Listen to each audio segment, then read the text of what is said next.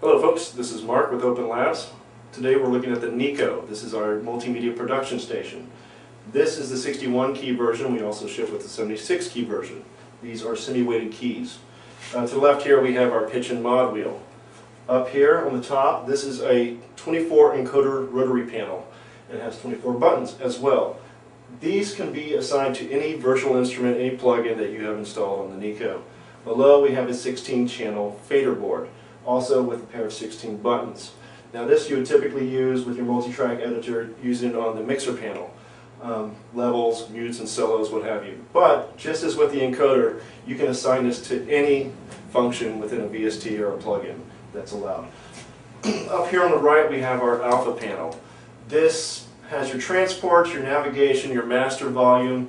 It has a screen for dynamic feedback when you're doing app launches, transpositions, really whatever, again, what you want to assign to it. This talks directly to our program called Infusion, which is it's the hub and the brains of this machine.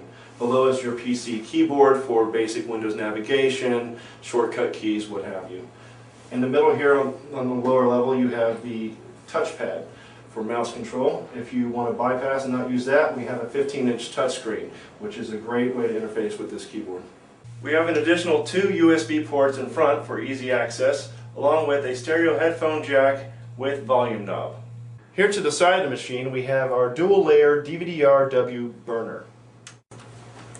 Okay, we're looking at the rear of the Neko, focusing on the audio I/O panel.